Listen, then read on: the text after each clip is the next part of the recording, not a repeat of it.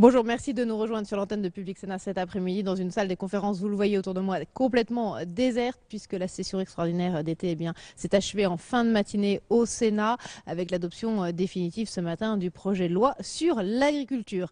Cet après-midi, nous vous proposons de voir sur notre antenne une discussion qui a eu lieu hier soir en séance avec l'adoption définitive d'un autre projet de loi du gouvernement autour de la réforme ferroviaire. Cette fois, donc, adoption définitive de ce texte par le Sénat hier soir. Seuls les groupes communistes et UMP ont voté contre cette réforme du gouvernement.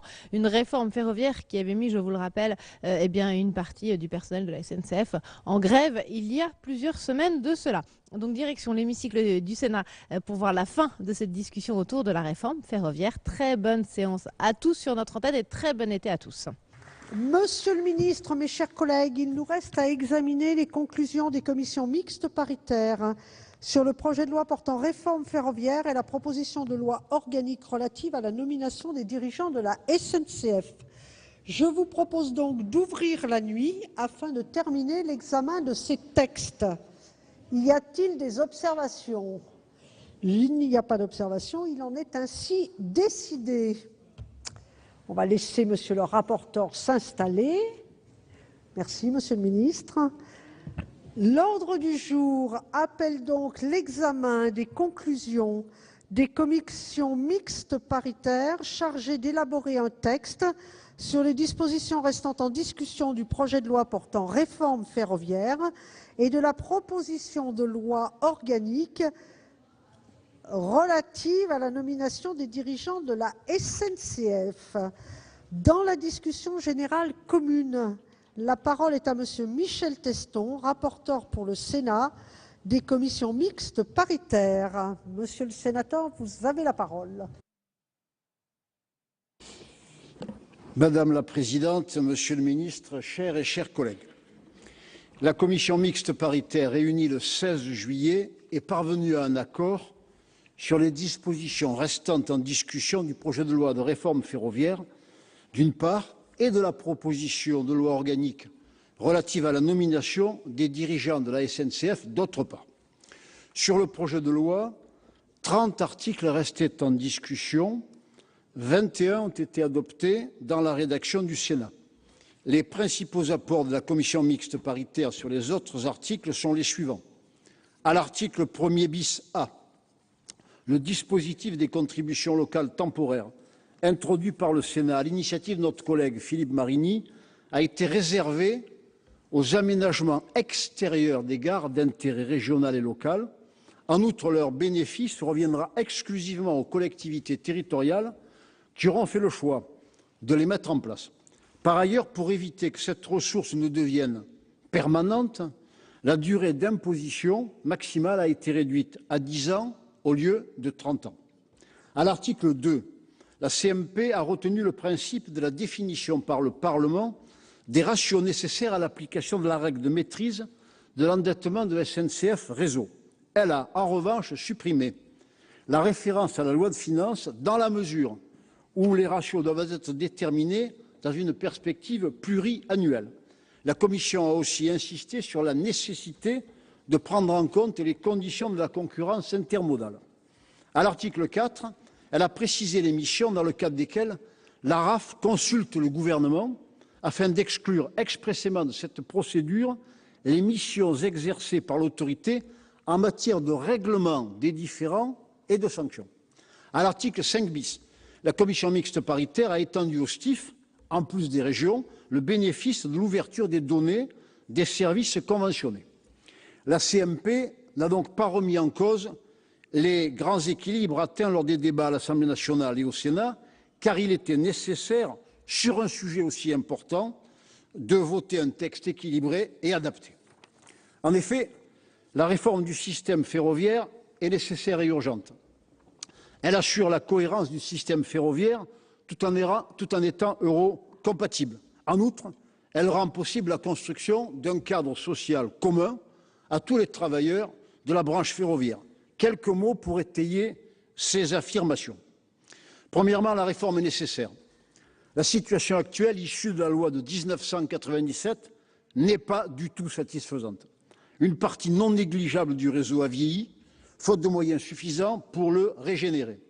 Le développement du réseau à grande vitesse, joint à la non-reprise de la dette de la SNCF par l'État, se traduit par 37 milliards d'euros de dette pour RFF, le gestionnaire d'infrastructures. La logique système, entre guillemets, ne fonctionne pas bien.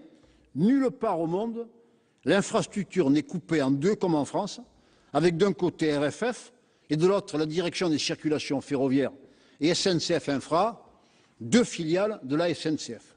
Cette césure a créé de la redondance, des surcoûts et de grandes difficultés au quotidien.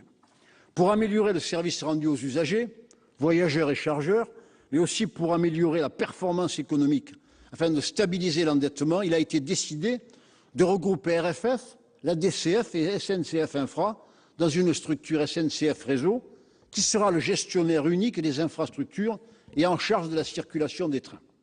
Pour autant, le système ferroviaire reposant sur un mode guidé, il faut éviter que les questions d'entretien soient disjointes des contraintes de l'exploitation. D'où l'idée d'un groupe public industriel verticalement intégré avec un EPIC de tête qui assure le contrôle et le pilotage stratégique, la cohérence économique, l'intégration industrielle et l'unité sociale du groupe public.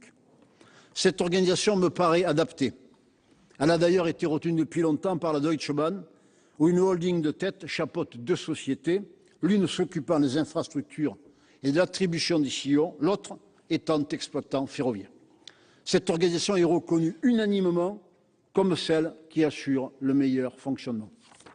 Deuxième point de mon intervention, cette réforme est non seulement nécessaire, mais elle est aussi urgente. La réforme doit intervenir avant l'adoption par la Cour européenne, par la Commission européenne et le Parlement européen du quatrième paquet ferroviaire. Si la France tardait à réorganiser son système ferroviaire et ne le faisait qu'après l'adoption du quatrième paquet, il n'est pas impossible qu'elle soit obligée de séparer totalement le gestionnaire d'infrastructures et l'exploitant historique. Cette réforme assure donc la cohérence du système ferroviaire tout en étant euro-compatible. C'est le troisième point sur lequel je souhaitais insister. Le rattachement du gestionnaire unifié d'infrastructures SNCF Réseau à l'exploitant historique SNCF Mobilité au sein du groupe unifié l'EPIC SNCF ne devrait pas poser de problème puisque des dispositions sont prévues pour assurer l'accès non discriminatoire au réseau.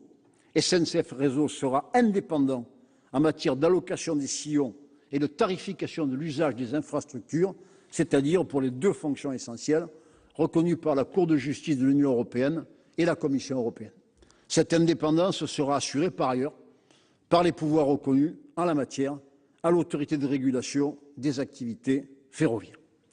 Enfin, pour tirer les conséquences négatives de la libéralisation à la hussarde du fret intervenue il y a quelques années, la réforme a pour objectif d'éviter le dumping social en cas d'ouverture à la concurrence de tous les services ferroviaires de transport de voyageurs, en permettant la construction d'un cadre social commun à tous les travailleurs de la branche ferroviaire. Ainsi, le statut des cheminots est maintenu.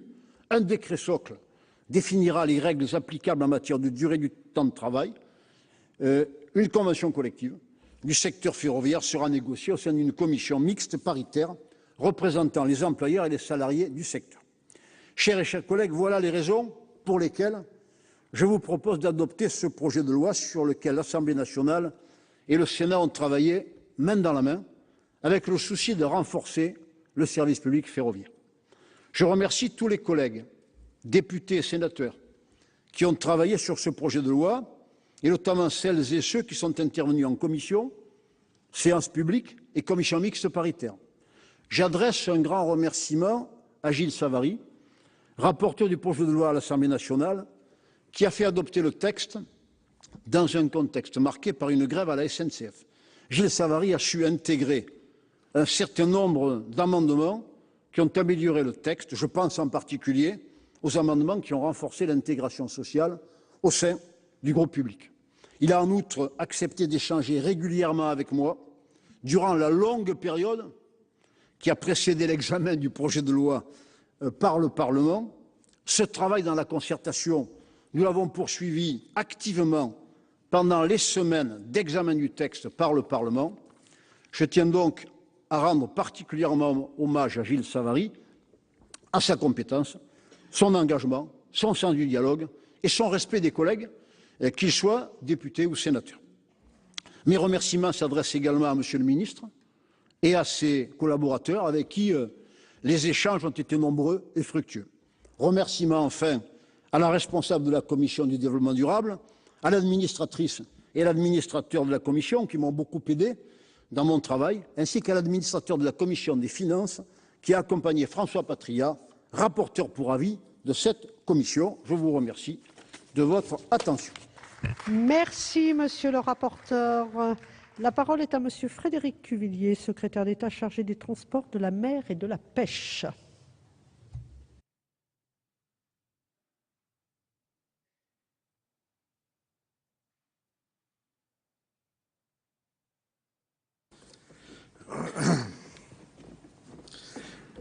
Merci Madame la Présidente, Monsieur le rapporteur, Mesdames, Messieurs les sénatrices et sénateurs.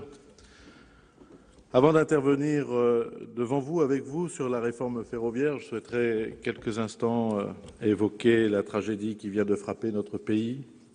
Cet après-midi, je me suis déplacé en compagnie du ministre de l'Intérieur, Bernard Cazeneuve, pour exprimer la solidarité, l'émotion de la nation tout entière, endeuillée, remercier les secours, les forces de l'ordre mobilisées suite au drame, cet accident extrêmement douloureux de ce minibus qui transportait des enfants avec un bilan très lourd, des jeunes vies qui sont fauchées. Je tiens à exprimer bien sûr aux familles, aux proches, à exprimer à votre collègue, Monsieur le sénateur maire de Nangis, Michel Billoux, toute notre compassion, notre solidarité et l'expression de notre amitié. Ce sont des moments difficiles, d'autant que ce voyage était organisé par la commune, qu'il y a là une responsabilité supplémentaire qui est vécue, subie, et les drames qui sont ainsi ceux que nous subissons n'en ont que plus de portée lorsque, en plus, il s'agit de services destinés aux jeunes de nos communes et pour leur offrir des vacances, pour leur offrir des distractions, des encadrements, des accompagnements, que toutes celles et ceux qui sont touchés par ce drame, un de plus, dans le domaine des transports, reçoivent notre sympathie et notre solidarité. Elle est entière. L'enquête judiciaire est en cours, engagée, et le bureau enquête accident l'a aussi mobilisé. Ils permettront de préciser les circonstances de ce drame. Madame la Présidente, Monsieur le rapporteur, Mesdames, Messieurs, nous arrivons donc ce soir, ce matin, au terme de l'examen parlementaire de votre réforme ferroviaire. Je tiens à vous remercier, Monsieur le rapporteur, vous remercier très sincèrement du travail accompli qui a été mené, adresser mes remerciements aussi à toutes celles et ceux qui se sont impliqués, qui se sont saisis de cette réforme, qui y ont contribué, l'ont améliorée. Dans le respect des prérogatives du Parlement, le gouvernement a souhaité que toute la place soit faite aux contributions parlementaires. Elles ont été nombreuses et elles ont amélioré le texte initial pour donner plus d'ampleur encore à la réforme ferroviaire.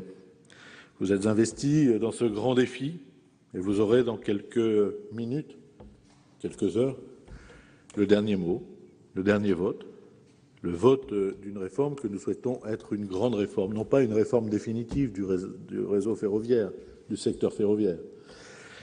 Mais, comme j'ai eu l'occasion de le dire devant les députés, une réforme qui doit donner un cap nouveau, un nouveau cadre, et qui doit être capable de redonner confiance et espoir en l'avenir du ferroviaire. Nous souhaitons que la représentation nationale puisse ne plus être écartée des choix du ferroviaire. Celle-ci s'est emparée de l'enjeu ferroviaire, elle s'est réappropriée ces enjeux d'aménagement du territoire, de cohésion sociale, de développement économique et industriel. Ça n'est que légitime, et c'est aussi un acte fort de confiance et surtout du fait que la nation, par ses représentants, devait assurer la mission qu'elle n'aurait jamais dû abandonner ou dont elle n'aurait jamais dû se départir. Je ne vais pas revenir sur l'ensemble des objectifs de la réforme, encore que un certain nombre de traits saillants nous permettent de souligner combien les apports ont été importants grâce au débat parlementaire. Tout d'abord pour renforcer le service public, avec la création et des fonctions du Haut Comité du ferroviaire. Celles-ci ont été, grâce à vos débats, précisées, associant les parlementaires, les régions, les entreprises, les organisations représentant des salariés. Ce Haut Comité devra structurer les orientations d'avenir de notre secteur ferroviaire, remettre des enjeux d'efficacité économique, d'équité territoriale, enjeux et notions ô combien importantes ici devant la Haute Assemblée. La puissance industrielle également, ce sont des enjeux stratégiques pour le pays et le Haut Comité doit se saisir pleinement de ce que ces enjeux peuvent représenter en avenir pour le secteur ferroviaire. Il doit être le lieu de décision. Et je le disais, le Parlement a trop longtemps été tenu à distance. Il devra se saisir également des enjeux financiers du ferroviaire. Il en débattra. À juste titre également, vous avez souhaité renforcer le rôle des régions qui se voient reconnaître enfin leur implication et leur place majeure dans le système ferroviaire. C'était attendu et là encore, cela ouvre des perspectives nouvelles. D'autres réformes qui ne concernent pas spécifiquement le ferroviaire, mais également le poids et le rôle des régions dans la situation institutionnelle décentralisée, devront accompagner. Nous tirerons pleine conséquence de ces évolutions. S'agissant de la création du groupe public industriel réunifiant la famille cheminote et parlementaire, vous-même avez tenu à renforcer le caractère intégré du groupe en affirmant par exemple son caractère solidaire, indissociable. De la même façon, vous avez tenu à ce qu'un contrat entre l'État, la future SNCF, consolide les contrats passés par la SNCF Mobilité et la SNCF Réseau. C'est important. Cela donne une structuration supplémentaire à ce groupe public industriel. S'agissant du pacte national pour assurer financièrement la pérennité de notre modèle du service public ferroviaire national, je retiens particulièrement deux dispositions que vous-même avez souhaité renforcer. La règle de rétablissement des équilibres financiers, elle a été retravaillée, elle a été renforcée. Nous avons eu des débats de grande qualité, je vous en remercie. Au cours de ces différents débats, vous avez souhaité que nous en finissions avec les errements qui furent ceux du passé et qui ont conduit au niveau de dette que nous connaissons aujourd'hui et que nous avons à assumer.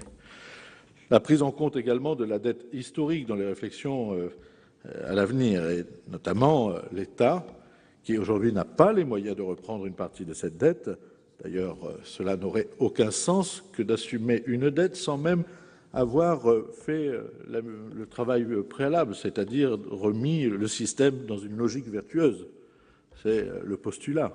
Et après, de laisser l'État dans sa mission à la fois assumer cette dette historique, elle est publique, mais aussi de pouvoir en assurer l'évolution. Il a été décidé que la part de la dette qualifiée de publique ferait l'objet d'un suivi régulier et devant les parlementaires.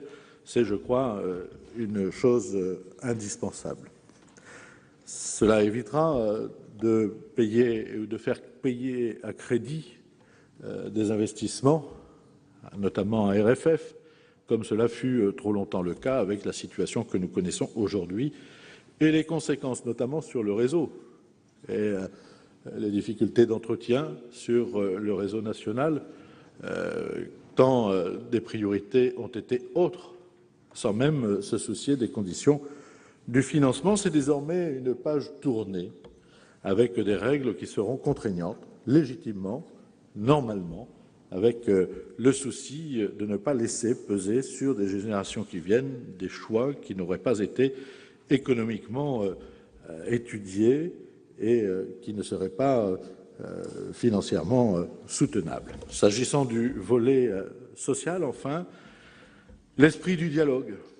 L'esprit du dialogue, c'est celui qui nous a inspirés, et particulièrement celui qui m'a inspiré durant des mois de négociations avec des représentants syndicaux, avec tous les syndicats.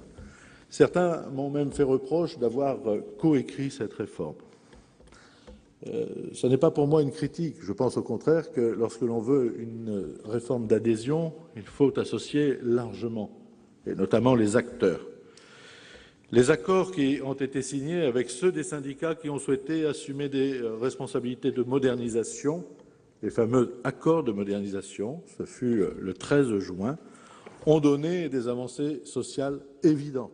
Et je regrette que toutes les organisations syndicales n'aient pas saisi cette opportunité d'un lieu de dialogue supplémentaire et de pouvoir donner sa chance à cette réforme et de l'accompagner de ces avancées sociales. Elles ont été d'ailleurs au cœur des discussions parlementaires.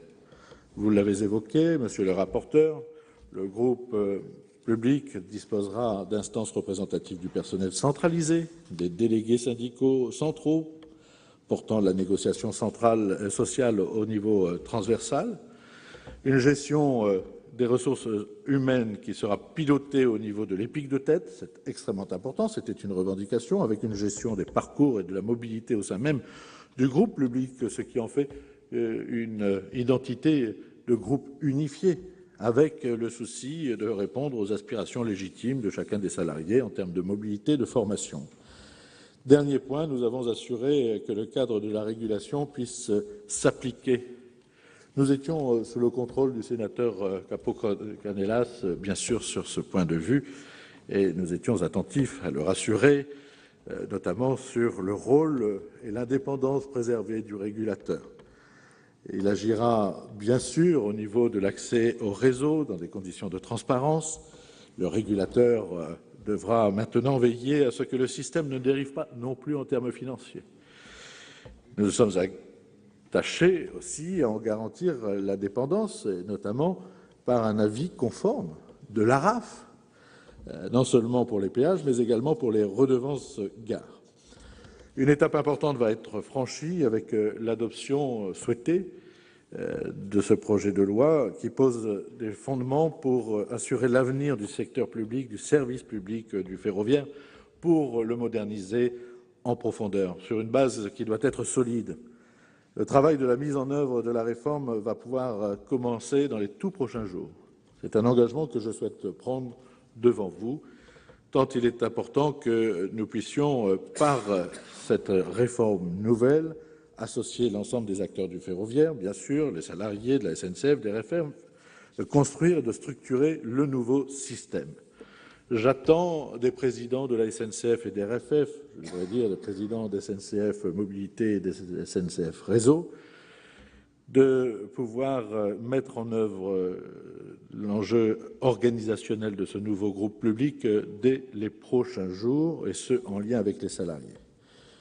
D'ailleurs, d'autres événements dramatiques, eux aussi, viennent de se dérouler il y a quelques jours, près d'un an après la catastrophe de Brétigny, et c'est cet accident d'Enghien auquel j'ai eu, là encore, l'occasion de voir combien il était important que nous réorganisions et réorientions les priorités du ferroviaire. Drame douloureux, là encore, qui amène de l'inquiétude.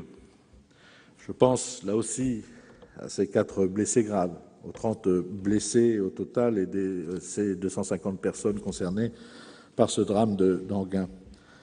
Et ce qui nous importe plus que jamais, c'est la sécurité ferroviaire.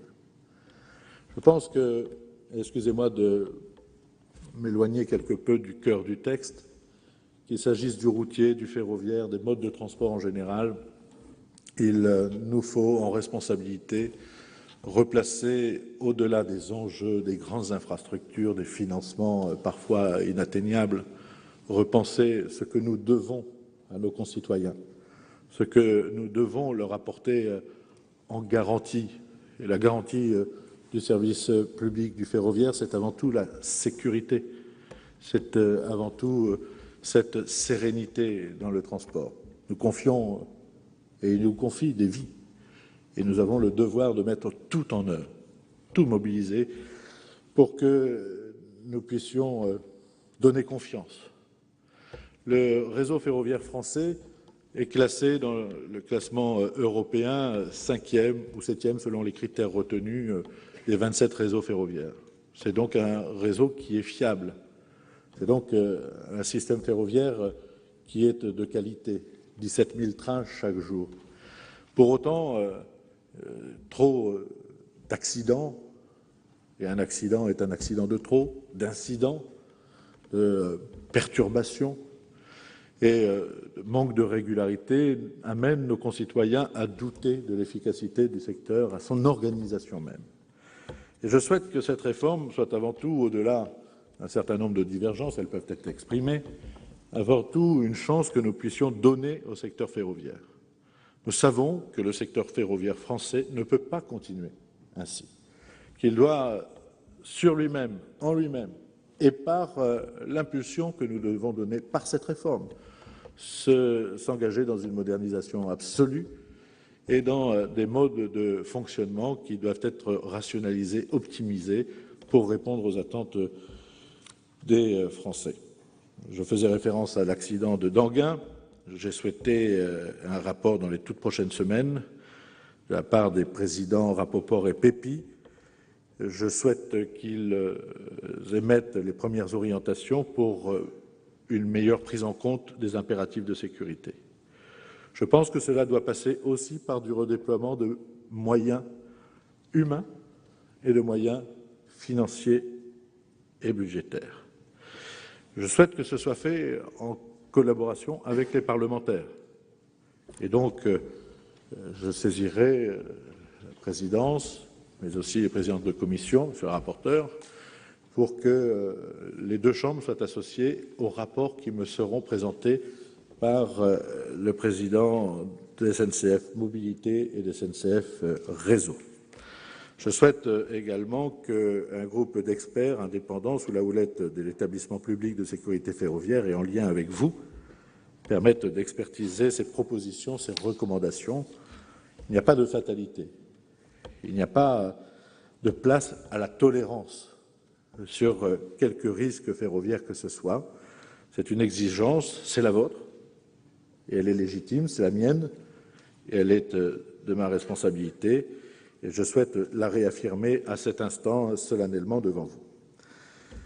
Mes services ont travaillé, je disais qu'il fallait que cette réforme prenne corps rapidement, et l'urgence déclarée a fait que dans un temps optimisé, le Parlement a travaillé, mais de façon extrêmement efficace, sous la houlette de monsieur le rapporteur qui a su vulgariser un texte, lui apporter des améliorations sensibles, et avec un esprit de travail parlementaire, d'échange avec le gouvernement que je crois pouvoir qualifier d'échange de confiance et de respect mutuel, mais surtout de responsabilité partagée.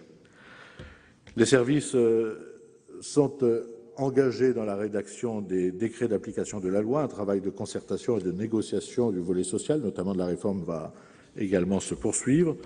Ce sont des travaux préparatoires qui sont ceux à l'élaboration du décret socle, par exemple, et sa rédaction amènera à associer l'ensemble des partenaires sociaux de la branche ferroviaire. Vous avez très justement évoqué les conditions dans lesquelles une ouverture à la concurrence passée, c'était dans le domaine fret, a eu pour effet, faute d'avoir préparé le secteur public, a eu pour effet de déstabiliser totalement l'acteur historique. Nous souhaitons éviter pareille bévue et nous souhaitons au contraire faire en sorte que si concurrence doit intervenir, nous n'en sommes pas ni les précurseurs, ni n'avons de démarche laudative sur celle-ci, mais si elle doit intervenir, elle interviendra. Encore faut-il que ce soit avec des règles, qui soient des règles communes à chacun des acteurs du ferroviaire, et que l'on ne puisse pas laisser peser sur le secteur public des règles qui seraient des règles discriminantes. En parallèle, RFF et SNCF vont, avec les salariés, engager la réorganisation des établissements publics nécessaires pour constituer le groupe public ferroviaire autour de ces trois épiques, SNCF, SNCF Réseau, SNCF Mobilité. Enfin, monsieur le rapporteur, vous avez eu raison de souligner l'enjeu européen. Nous sommes dans le cadre de négociations sur le volet politique du 4e paquet ferroviaire. Nous avons eu des échanges, ils étaient riches ici. Nous avons, par la preuve, apporté démonstration à ceux qui, depuis maintenant de nombreux mois, apportent la critique jusqu'à faire émerger le doute chez certains observateurs de l'eurocompatibilité de notre réforme. Nous avons la démonstration par la preuve, disais-je, que cette réforme de la gouvernance de notre système ferroviaire permet de bâtir, d'ouvrir une voie nouvelle à l'Europe, bâtir un système ferroviaire intégré, tout en garantissant aux entreprises ferroviaires un accès transparent, équitable, non discriminatoire au réseau.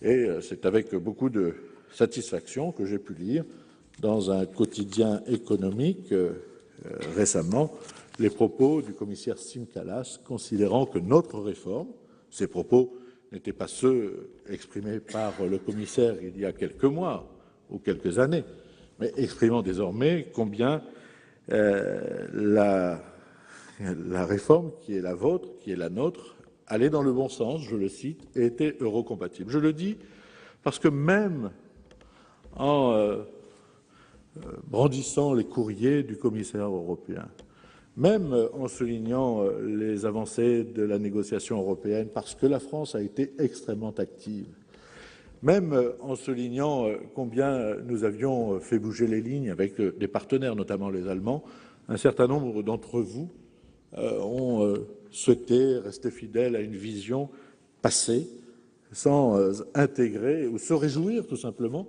des réussites du gouvernement. D'avoir donné une orientation nouvelle à l'Europe du ferroviaire, modestement, mais avec beaucoup de perspectives, pour ceux qui nous regardent dans des enjeux d'évolution du ferroviaire européen. Eh bien, la démonstration est faite et permet de lever toute ambiguïté ou tout propos de nature à inquiéter ou à remettre en cause la compatibilité de cette réforme. Voilà.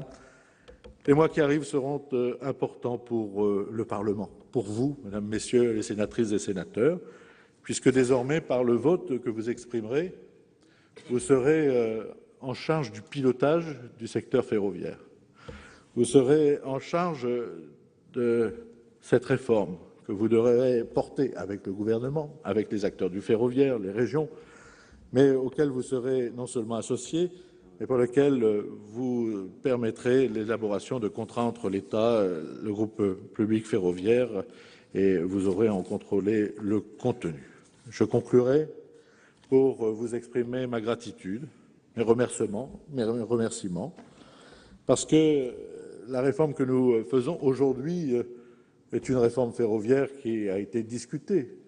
Elle a même été particulièrement portée, peut-être même vulgarisé, au-delà de nos espérances, par un mouvement que nous avons eu à regretter, tant les arguments ne paraissaient pas être ceux de la réforme et les buts poursuivis par celle-ci.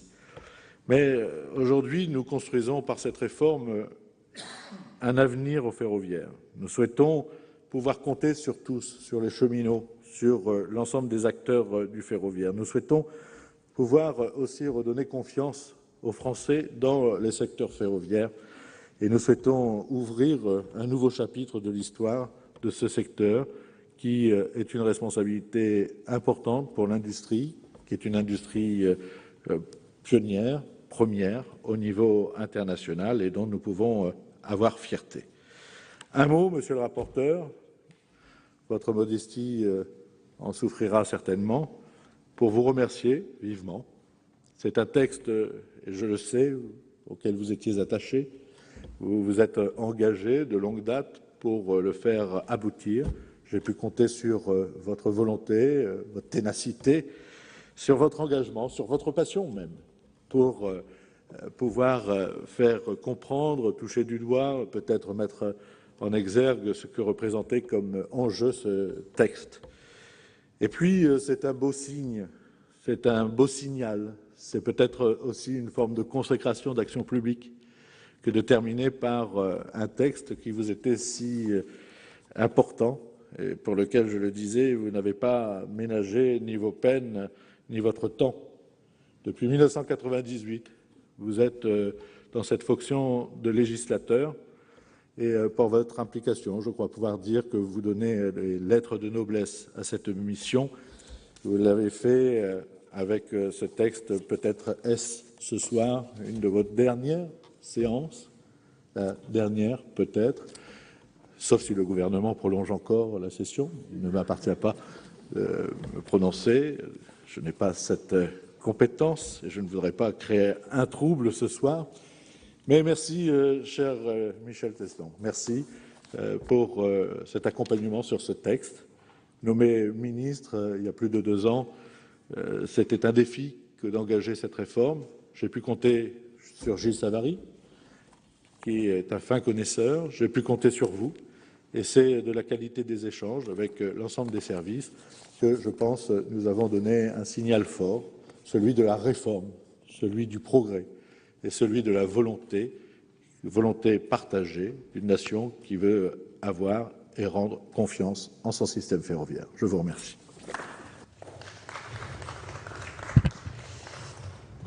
Merci, Monsieur le Ministre. Dans la suite de la discussion générale commune, la parole est à Madame Anne-Marie Escoffier pour le groupe RDSE.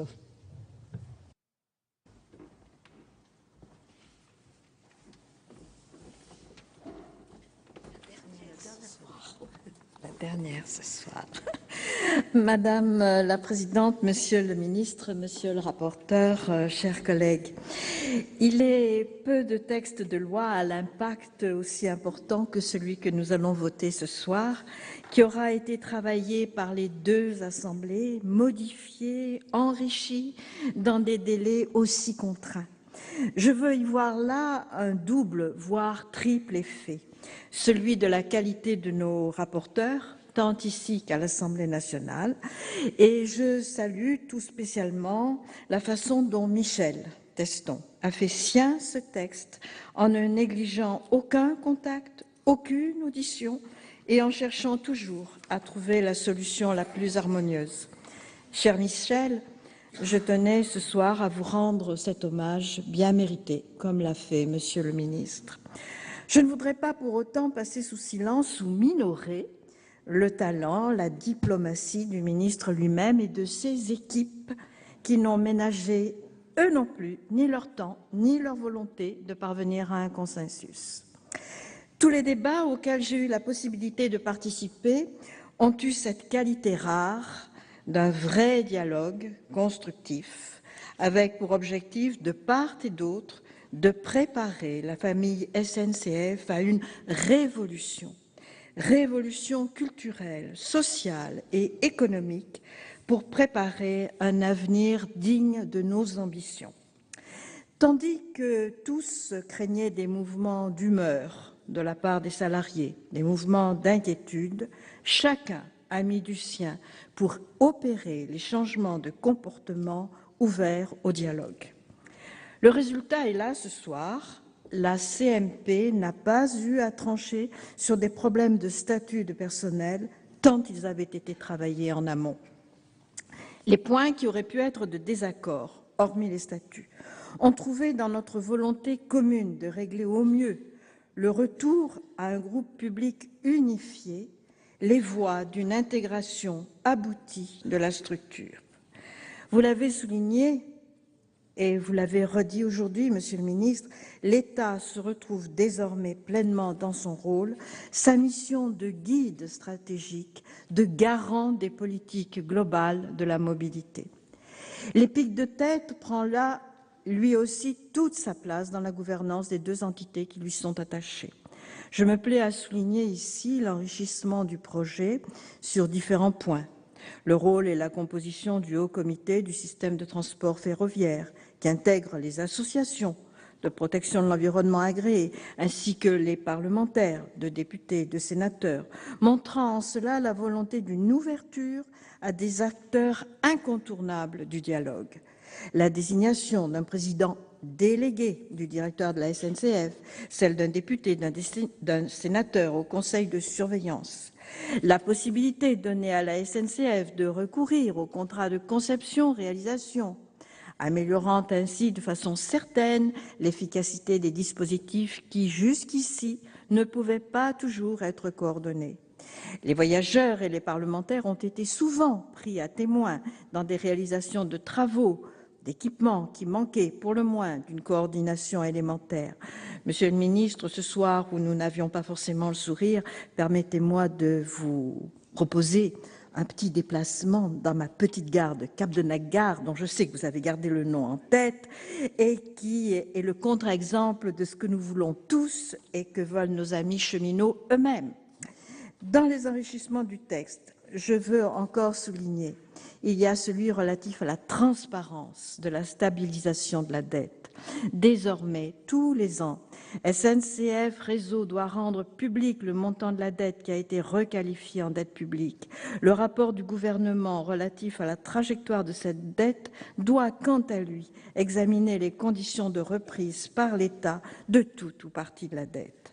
Formons ensemble le vœu que ce dispositif, de par la vigilance qu'il implique, permettra un retour à une véritable maîtrise de l'équilibre budgétaire de la SNCF. Enfin, il convient de relever les mesures prises pour clarifier le rôle des collectivités locales, notamment des régions, dans le cadre des compétences qui leur ont été transférées. C'est le contrôle par les régions des comptes des TER et pour ce faire de l'accès à toutes les pièces justificatives nécessaires.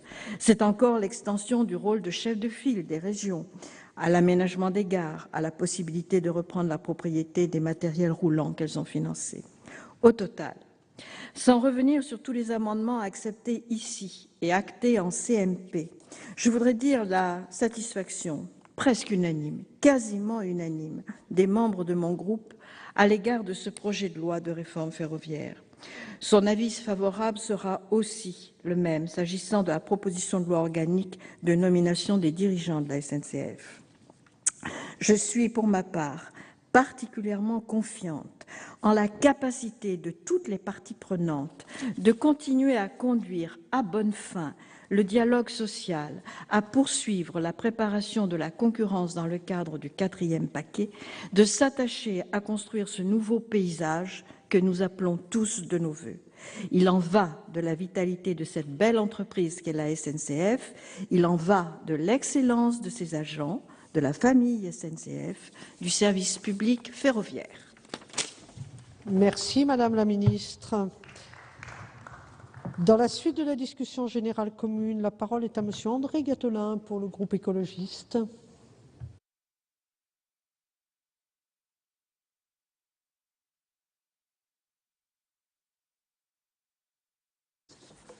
C'est les dernières.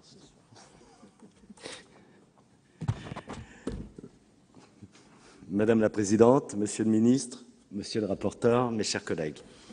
Je vous prie tout d'abord d'excuser mon collègue Ronan Dantec, chef de file du groupe écologiste sur cette loi, retenu aujourd'hui par d'autres obligations. Le groupe écologiste a voté en faveur de ce projet de loi, considérant qu'une rénovation du système ferroviaire français était aujourd'hui nécessaire. Le contenu du texte initial a été assez substantiellement modifié lors de son passage dans les deux chambres du Parlement et nous nous en félicitons car les apports adoptés l'ont indiscutablement amélioré. Les écologistes ont défendu des positions ambitieuse. Et bien entendu, sur certains points, nous considérons que la loi issue de la CMP ne va pas encore assez loin. Sur la dette historique notamment, certes, le texte prévoit désormais plusieurs dispositions visant à préserver la SNCF de tout endettement qui dégraderait trop significativement sa situation financière via l'adoption d'une règle d'or en matière de financement des projets d'infrastructure. C'est une très bonne nouvelle. Mais nous savons que la dette qui croît de plus d'1 milliard d'euros par an, doit être requalifiée en dette d'État et portée comme telle, sans continuer à plomber les comptes du système ferroviaire. Or, sur ce point, le texte ne va pas jusqu'au bout de l'objectif puisqu'il prévoit uniquement qu'un rapport du gouvernement, sous 2 ans, examine les conditions de reprise de tout ou partie de cette dette par l'État.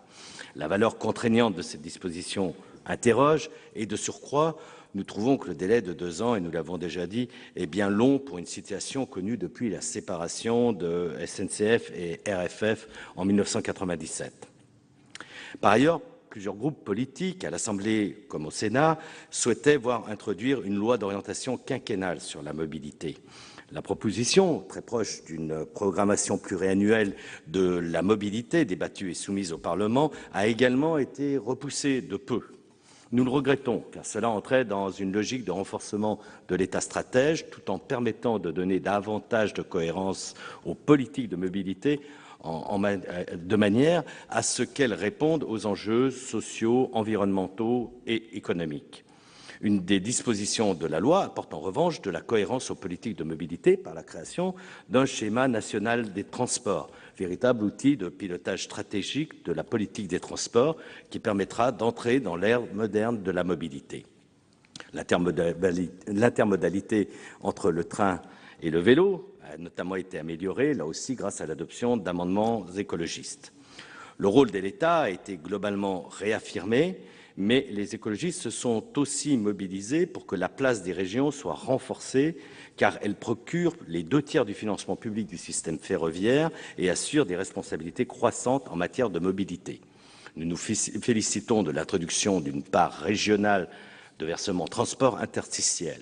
Nous avons bien noté le désaccord du gouvernement sur ce point, mais une majorité de parlementaires, conscients des immenses besoins de financement en matière de transport, a souhaité que cette mesure fiscale voie le jour dans l'intérêt des habitants et de la qualité des services publics de transport. La composition de la direction collégiale des 3 instances constituant le nouveau groupe a fait l'objet d'importants débats et les avancées obtenues par les écologistes en la matière sont au cœur de nos engagements en matière de la modernisation des instances de gouvernance de tous les services publics auxquels nous appelons. Si nous n'avons pas obtenu que les régions soient davantage représentées dans la direction de la SNCF, nous nous réjouissons en revanche d'avoir obtenu que la parité entre les femmes et les hommes soit appliquée immédiatement dans les instances dirigeantes du nouveau groupe. C'est désormais un classique de l'action des écologistes au Sénat depuis l'introduction de la parité et obtention de haute lutte au sein du Haut Conseil aux finances publiques et ensuite dans de nombreuses autres instances dirigeantes de l'État. Cette introduction systématique de la parité, au moins dans les organes publics décisionnaires, est quelque chose de, pour nous, tout à fait essentiel. Nous avons également obtenu, dans le cadre de cette loi, que les associations de protection de l'environnement deviennent membres du conseil d'administration de SNCF Réseau, de SNCF Mobilité et du Haut Conseil du système ferroviaire. La prise en compte des enjeux environnementaux est nécessaire à la bonne gouvernance de la SNCF. C'est quelque chose qui était inscrit déjà dans le Grenelle de l'environnement, mais qu'il fallait complètement entériner. Par ailleurs, la représentation des usagers a été acquise par voie d'amendement écologiste à l'Assemblée nationale.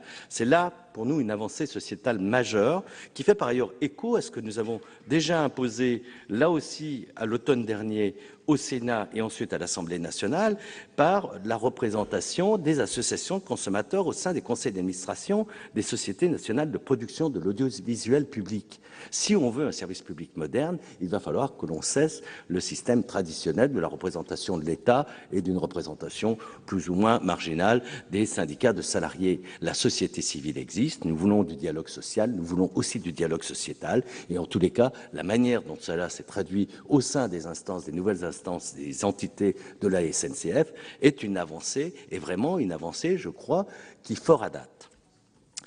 Enfin, le volet social a été renforcé, je ne reviendrai pas sur ce point parce que c'était largement développé, mais c'est un bon point et c'est quelque chose effectivement en mesure de rassurer aujourd'hui les publics, les groupes salariés au sein de la SNCF.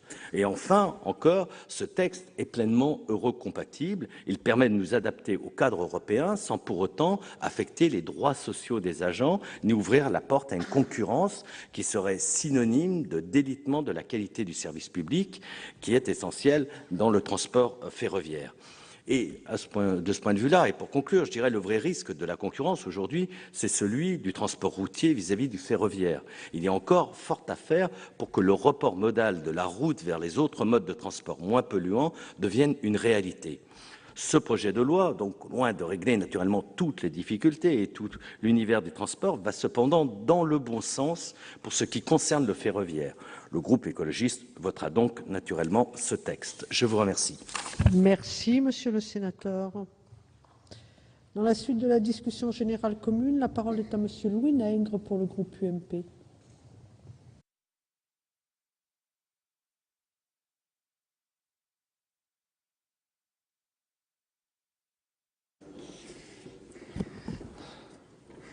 Monsieur le ministre, monsieur le rapporteur, madame la présidente, chers collègues, d'abord, tout de suite, félicitations pour notre collègue Michel Teston.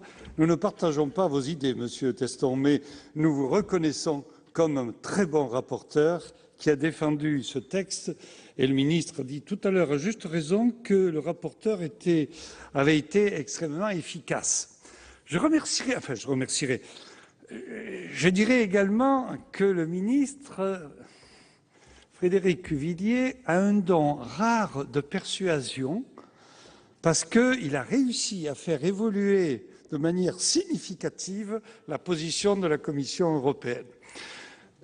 Tout le monde n'a pas ces capacités-là.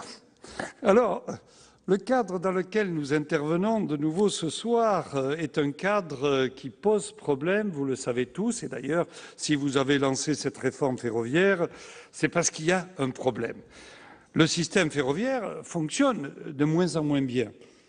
Vous en avez parlé vous-même, monsieur le ministre, donc je ne saurais insister sur ce point-là, mais que l'on ait un accident qui démontre que la maintenance n'était pas au niveau, que l'on ait un deuxième accident ensuite, nous interpelle directement et nous inquiète parce qu'on a là aussi une difficulté majeure.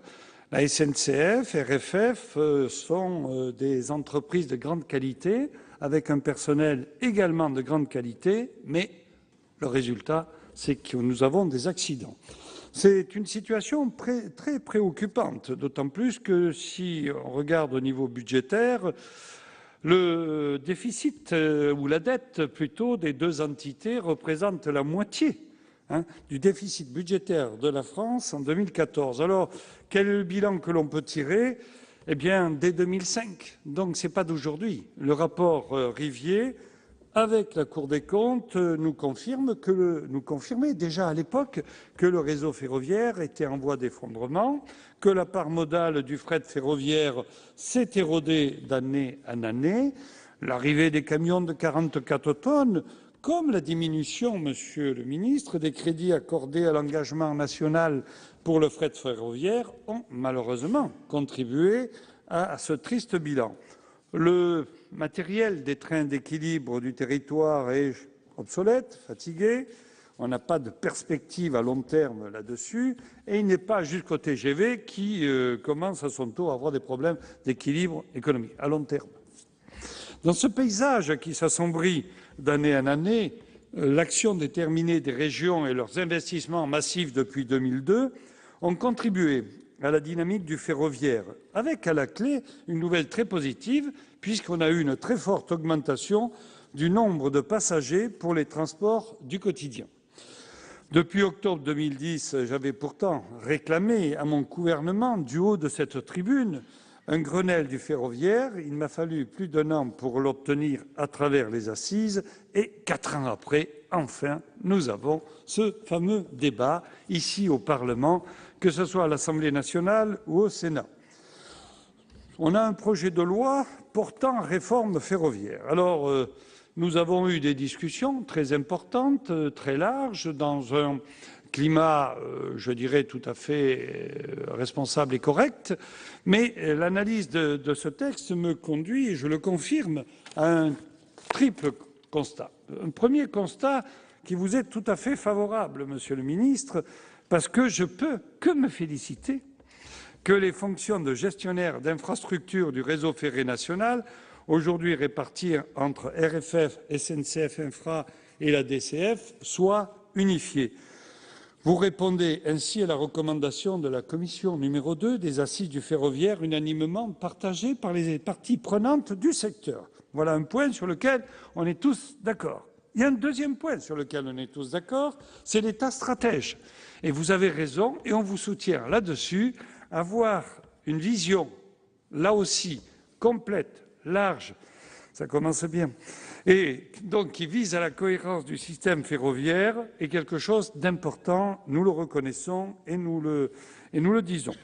On a également noté, et très positivement, que l'État assurerait également le pilotage de la filière ferroviaire à ce niveau-là. Alors, vous le savez, Monsieur le Ministre, le plan de charge de la filière industrielle est en diminution dramatique à court terme.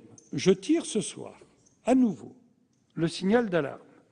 Les industriels que j'ai encore rencontrés aujourd'hui m'ont demandé de vous transmettre à nouveau leurs profondes inquiétudes et leurs fortes attentes d'action décisive dans ce domaine. Je vous félicite par ailleurs, Monsieur le Ministre, d'avoir retenu l'amendement que j'avais présenté précisant que la filière ferroviaire devait favoriser le développement de solutions industrielles exportables. Cette démarche s'accompagne d'une mobilisation, là aussi positive, du Parlement, qui aura à connaître les dossiers les plus importants du système ferroviaire. Mais, comme rien n'est parfait, mais a priori sans vote, malgré les propositions que j'ai pu émettre lors du débat au sein de la Haute Assemblée, notamment en faveur d'une grande loi de programmation ferroviaire. Vous avez enfin accepté de rétablir l'avis conforme de la RAF et vous avez même augmenté, fort justement, ses possibilités d'intervention, notamment en matière de sanctions. Je me félicite également de la sagesse du Sénat qui a supprimé l'existence d'un commissaire du gouvernement qui aurait pu éventuellement menacer un tant soit peu l'autonomie de l'autorité de régulation. Et enfin, je note avec satisfaction que ce texte devrait permettre de définir de hauts niveaux de performance et de productivité tout en maîtrisant les dépenses à travers une règle d'or. Toutefois, je regrette que ces objectifs d'assainissement financier ne permettront pas d'éviter une dette qui est en augmentation constante, vous l'avez dit vous-même, Monsieur le Ministre, de plus de 60 milliards d'euros d'ici 2025. Ces éléments positifs étant actés, je maintiens un deuxième constat qui, lui, m'interpelle et vous le savez, vous n'avez pas amélioré la situation avec effectivement ce que j'ai appelé la nébuleuse d'organismes qui sont installés aujourd'hui et qui font qu'il n'est pas aussi simple que ça, en dehors des 3 EPIC plus de Gares et Connexions, de s'y retrouver. Je crois que nous aurions pu être plus efficaces, je l'avais souligné, j'avais soulevé ce problème-là, nous n'avons pas abouti à quelque chose de plus simple. Concernant de même la gestion des gares, qui est maintenue auprès de SNCF Réseau, je ne peux que regretter, malgré le débat, votre position de statu quo qui va à l'encontre, je vous le rappelle quand même, qui va à l'encontre même des préconisations du rapport de Jacques Oxiette du 22 avril 2013 et de l'avis que j'ai qualifié de particulièrement argumenté de l'autorité de la concurrence du 4 octobre 2013. Vous aviez là une bonne base pour faire évoluer le système, vous ne l'avez pas utilisé. C'est dommage. Je m'interroge également sur la lisibilité que le projet de loi apportera aux régions, appelées à devenir des autorités organisatrices de plein exercice, mais dans un cadre des plus contraints. Les régions ne décideront elles-mêmes que des tarifs occasionnels du TER, alors que les tarifs des abonnés resteront fixés par l'État. Et les régions, enfin, n'obtiennent pas satisfaction sur le libre choix de leur mode de contractualisation, alors que là encore, une perche vous était tendue et de la part des vôtres. Malheureusement, Monsieur le Ministre, et ça c'était l'entrée en matière, malheureusement, Monsieur le Ministre, il y a un troisième constat qui, lui, s'avère plus négatif. En effet, il y a toute une série de questions de fond qui ne sont pas traitées malgré ces discussions, ces réflexions et ces heures de débat. Et c'est elle, en définitive, qui entraîne mon opposition à ce projet de loi. Le premier point, je le rappelle, porte sur les plus de 40 milliards de dettes actuelles. Alors que ce grave problème, je le rappelle, est connu depuis de longues années, votre proposition se limite à repousser à plus tard l'assainissement des comptes. La simple publication d'un rapport, qui plus est dans un délai de 2 ans, n'est vraiment pas, pour moi, à la hauteur de la gravité de la situation.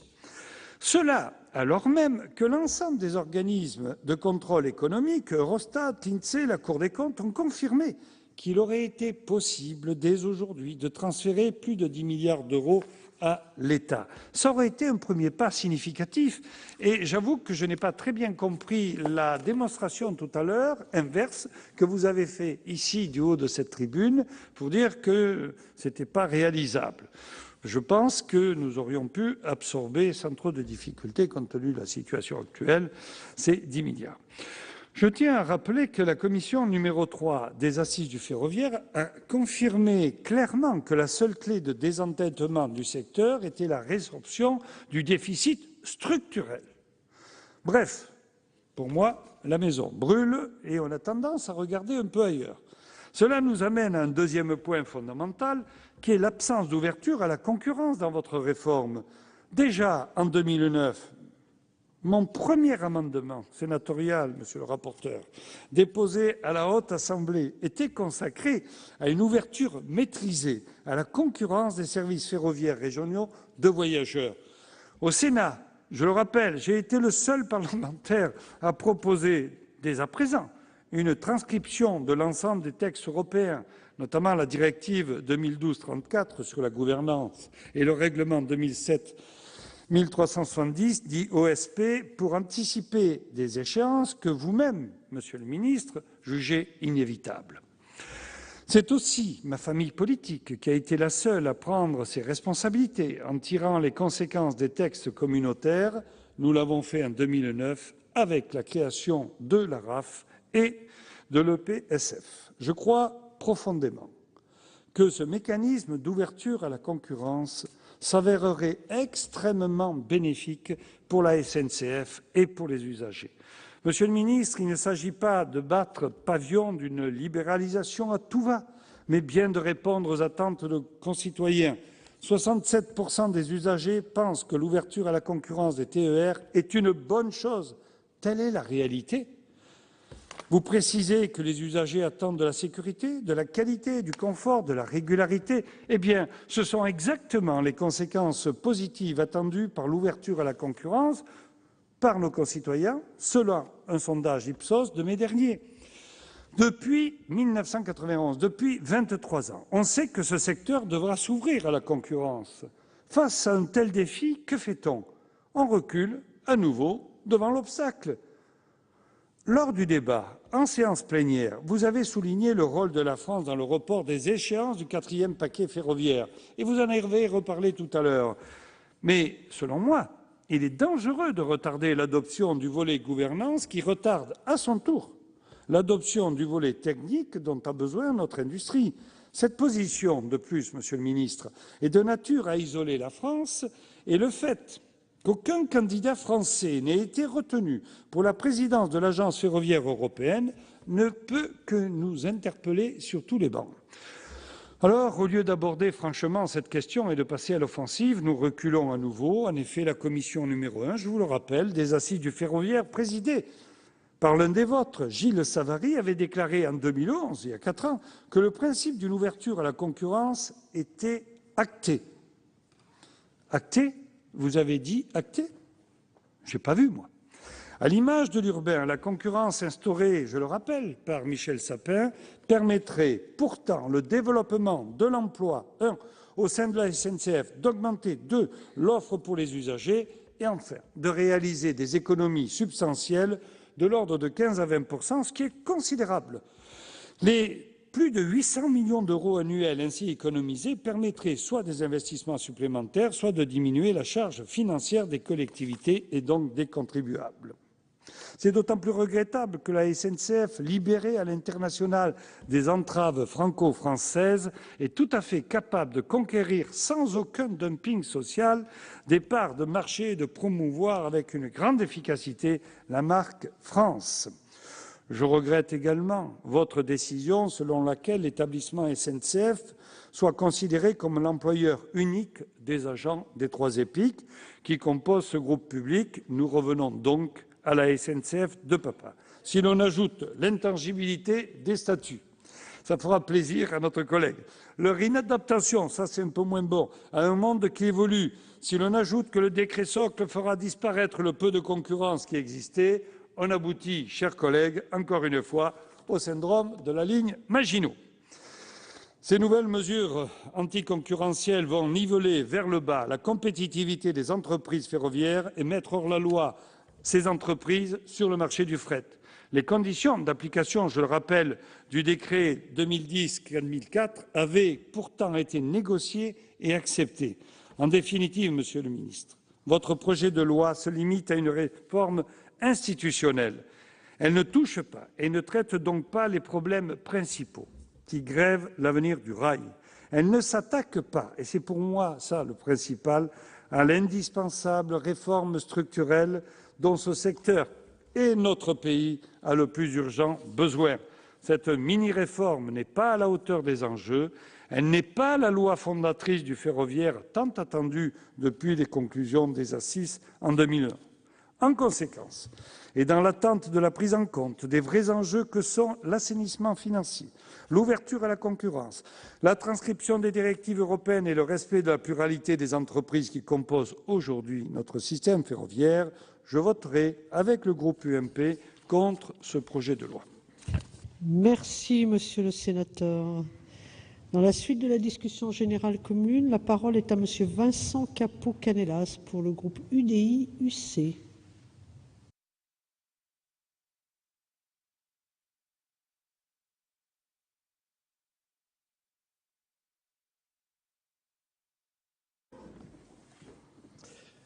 Madame la Présidente, Monsieur le Ministre, Monsieur le rapporteur, cher Michel Teston, mes chers collègues, nous parvenons ce soir au terme de ce projet de loi. Long parcours que Monsieur le Ministre a rappelé tout à l'heure et l'heure tardive nous permet sans doute de prendre le recul nécessaire pour essayer de juger ensemble de ce texte. Les conclusions auxquelles la commission mixte paritaire a abouti prouvent, comme d'ailleurs la discussion générale et la discussion en première lecture au Sénat, que sur des sujets d'intérêt général, comme celui-ci, celui de l'avenir du système ferroviaire, nous pouvons parfois trouver des voies de dialogue entre l'Assemblée nationale et le Sénat, Michel Teston l'a rappelé, et aussi entre le Parlement et le gouvernement, dirais-je, même ici au Sénat. Ce dialogue et ce travail constructif, on le doit d'abord aux 2 rapporteurs du projet de loi, Michel Teston et Gilles Savary, dont je veux saluer, au terme du parcours législatif, le travail remarquable et passionné. Et je veux dire que, pour une fois, le gouvernement a été attentif à l'ensemble des sollicitations de l'hémicycle, et je m'en réjouis, parce que ça a permis de construire ce texte et de le faire évoluer ensemble. Je crois que nous avons pu faire évoluer ce projet de loi, d'abord à l'Assemblée nationale et ensuite au Sénat, pour aboutir à un texte plus équilibré, avec des améliorations significatives sur plusieurs aspects. La commission mixte paritaire n'a ainsi pas eu de difficulté à aboutir à un texte commun, puisque le Sénat a largement prolongé et approfondi les avancées de l'Assemblée nationale sur les garanties d'un accès équitable au réseau dans le cadre du groupe ferroviaire intégré, sur le renforcement du rôle du régulateur, monsieur le ministre en a parlé tout à l'heure avec des mots choisis, sur la liberté tarifaire accordée aux régions, sur la clause prudentielle, sur le rôle des régions ou encore la transparence des comptes. Parmi les apports de la Haute Assemblée, le groupe centriste a pris sa part, que je qualifierais de consistante. Sans revenir en détail sur chaque amendement, je veux rappeler certaines des dispositions inscrites sur notre initiative, la transformation du vice-président du directoire en président délégué du directoire. Nous avons eu un débat là-dessus, monsieur le ministre. Le rôle du Parlement dans la définition des ratios d'endettement de SNCF Réseau et les précisions sur le montant de la dette requalifiée en dette publique, sans remuer le couteau dans la plaie, je dirais, du bon usage du scrutin public mais Monsieur le ministre me comprend à demi-mot. La suppression du commissaire du gouvernement au sein de la RAF, vous en avez parlé tout à l'heure, le renforcement du droit de contrôle des régions sur les comptes TER et l'ouverture des données relatives aux services conventionnés, mais aussi l'extension du chef de fila des régions, l'aménagement de l'ensemble des gares, ou encore l'étude de la création d'un 4e EPIC dans la perspective du transfert des gares voyageurs. Nous avons vu que sur ce sujet des gares voyageurs, il fallait encore continuer à travailler. Tous nos amendements ont été conservés dans la version finale de la commission mixte paritaire, ce dont nous nous satisfaisons bien volontiers. C'est suffisamment rare pour le noter et je crois que le dialogue a eu lieu jusqu'au bout. Le débat parlementaire a donc été utile en permettant d'aboutir au final à un texte d'ailleurs relativement différent, Monsieur le ministre, me permettra de le souligner, du texte initial, mais je crois que vous avez laissé la place, Monsieur le ministre, au débat parlementaire et que c'était une bonne chose. Compte tenu de ces éléments, comme en première lecture, mon groupe votera le texte issu de la commission mixte paritaire. Il ne s'agit pas, vous le savez, d'un chèque en blanc, mais nous devons apporter, je crois, des solutions aux enjeux du système ferroviaire, notamment son endettement considérable de plus de 40 milliards aujourd'hui. Le système ferroviaire se trouve en effet à un tournant et il doit se réformer. Les cheminots, comme les voyageurs, attendent aussi des réformes et nous devons bien sûr penser aux usagers dans les différentes régions qui souhaitent plus d'efficacité, plus de modernisation et qui souhaitent qu'on conçoive le système ferroviaire de demain. Ce texte est donc un premier pas. Comme je vous l'avais dit lors de la lecture de notre Assemblée, cette réforme n'est sans doute pas celle que nous aurions faite. Et sur 2 points principalement, elle ne nous satisfait pas pleinement, malgré les avancées obtenues. Sur la dette, premièrement, si nous avons réussi collectivement à améliorer le projet de loi avec l'instauration d'une clause prudentielle, mais en précisant et en complétant le rapport, il faut avouer que le texte reste assez limité sur ce point. Comme l'a montré le rapporteur de la Commission des finances, notre collègue François Patriat, cette réforme ne nous garantit pas que les économies d'échelle liées à la rationalisation des structures et les gains de productivité permettront de réduire la spirale d'endettement de SNCF Réseau. Il reste ici du travail à faire et chacun admet que l'objectif se limite à stabiliser la dette, que celle-ci s'établira probablement aux alentours de 60 à 70 milliards d'ici 2025. C'est donc un sujet qu'il faudra continuer à retravailler demain. Cela pose la question de la soutenabilité pour le système ferroviaire tout entier du poids de la dette. Il y a donc demain une marge de progression sur ce point. Il est un deuxième point sur lequel je voulais insister pour dire qu'il nous laisse forcément insatisfaits. Cette réforme est quasi muette sur l'ouverture à la concurrence.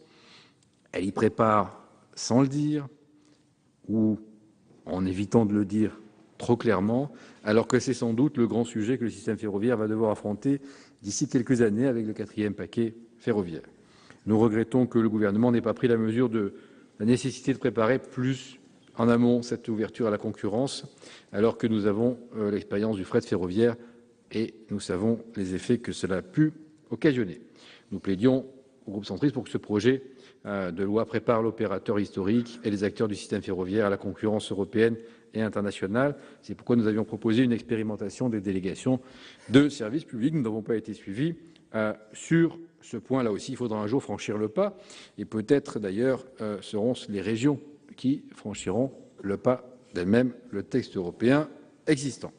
Au final, si nous votons cette réforme du système ferroviaire après les modifications que nous avons obtenues, c'est en ayant à l'esprit que demain, d'autres réformes devront être entreprises pour compléter celle-ci et préparer les évolutions futures. Certes, cette réforme est une réforme principalement centrée sur les aspects institutionnels, Louis Nègre l'a rappelé à l'instant, mais elle nous paraît être un pas nécessaire pour envisager l'avenir du système ferroviaire français. Je vous remercie. Merci, monsieur le sénateur.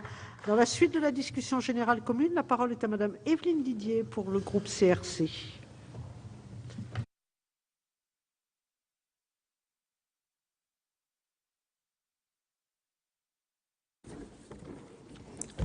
Madame la Présidente, Monsieur le Ministre, mes chers collègues, nous voici au terme de la discussion sur le projet de loi portant réforme ferroviaire. À mon tour, je vais me féliciter au nom de mon groupe de Mireille Schurch, en charge du texte, de la qualité de nos travaux, du travail de notre rapporteur, Michel Teston. Je sais qu'il y tenait et que c'est l'un de ses derniers travaux. Des administrateurs de la Commission, de votre écoute, Monsieur le Ministre, ainsi que la disponibilité de votre cabinet et de l'administration. Les débats, comme le travail du Parlement à l'Assemblée nationale et au Sénat, auront permis de modifier significativement le texte, malgré l'urgence une nouvelle fois déclarée. Vous le savez, nous avons abordé ce texte dans un esprit constructif, et ce, depuis de nombreux mois. Nous avons d'ailleurs déposé ici une proposition de résolution sur les éléments que nous souhaitions voir traités dans ce projet de loi ferroviaire. Soyez certains que notre vœu était de pouvoir apporter nos voix à l'adoption de ce texte.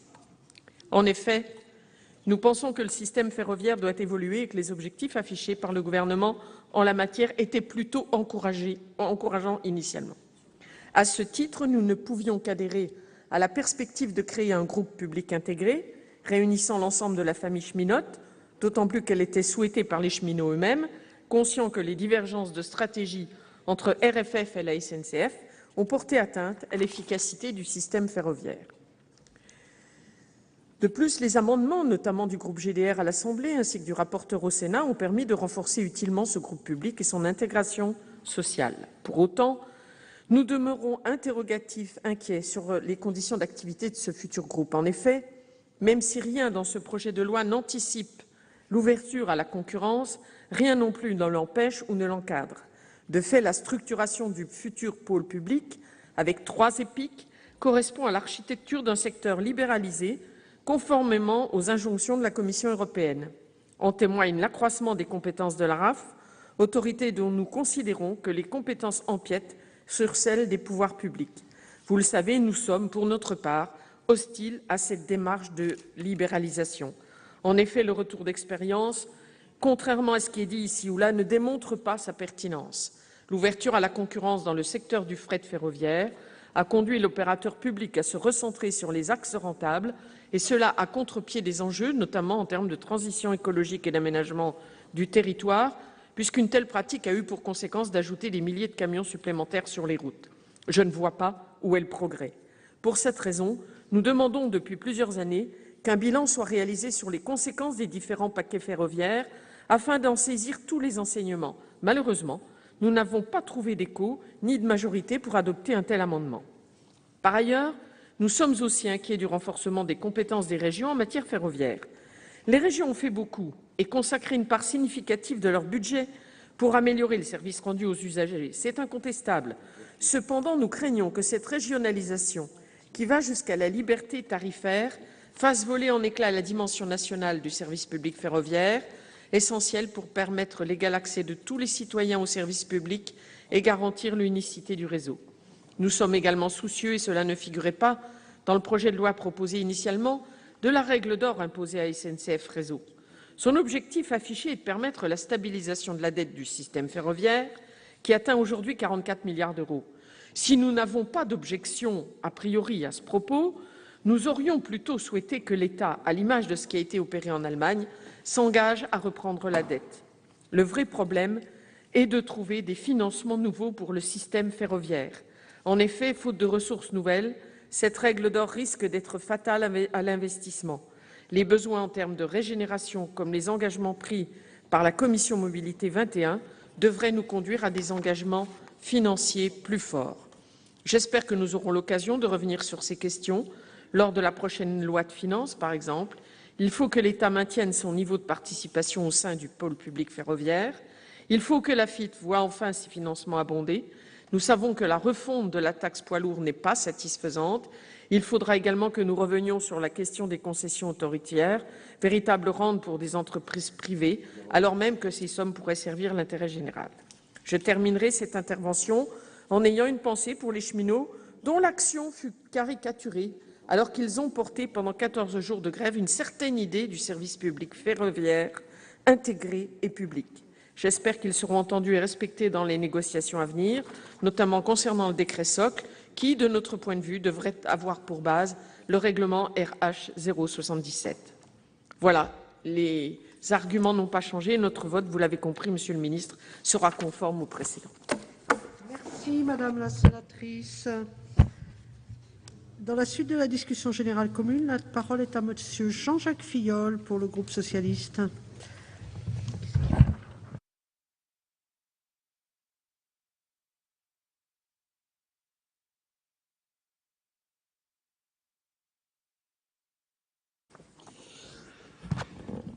Bien, Madame la Présidente, Monsieur le Ministre, Monsieur le rapporteur, cher Michel, chers collègues, le projet de loi portant réforme ferroviaire achève aujourd'hui son parcours sénatorial sous la conduite de notre excellent rapporteur Michel Teston.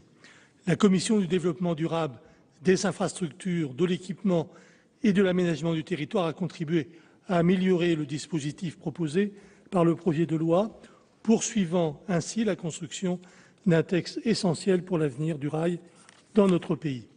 La séparation entre SNCF et Réseau ferré de France, introduite par la loi de 1997, s'est révélée être une très mauvaise solution pour traiter des problèmes malheureusement toujours présents aujourd'hui.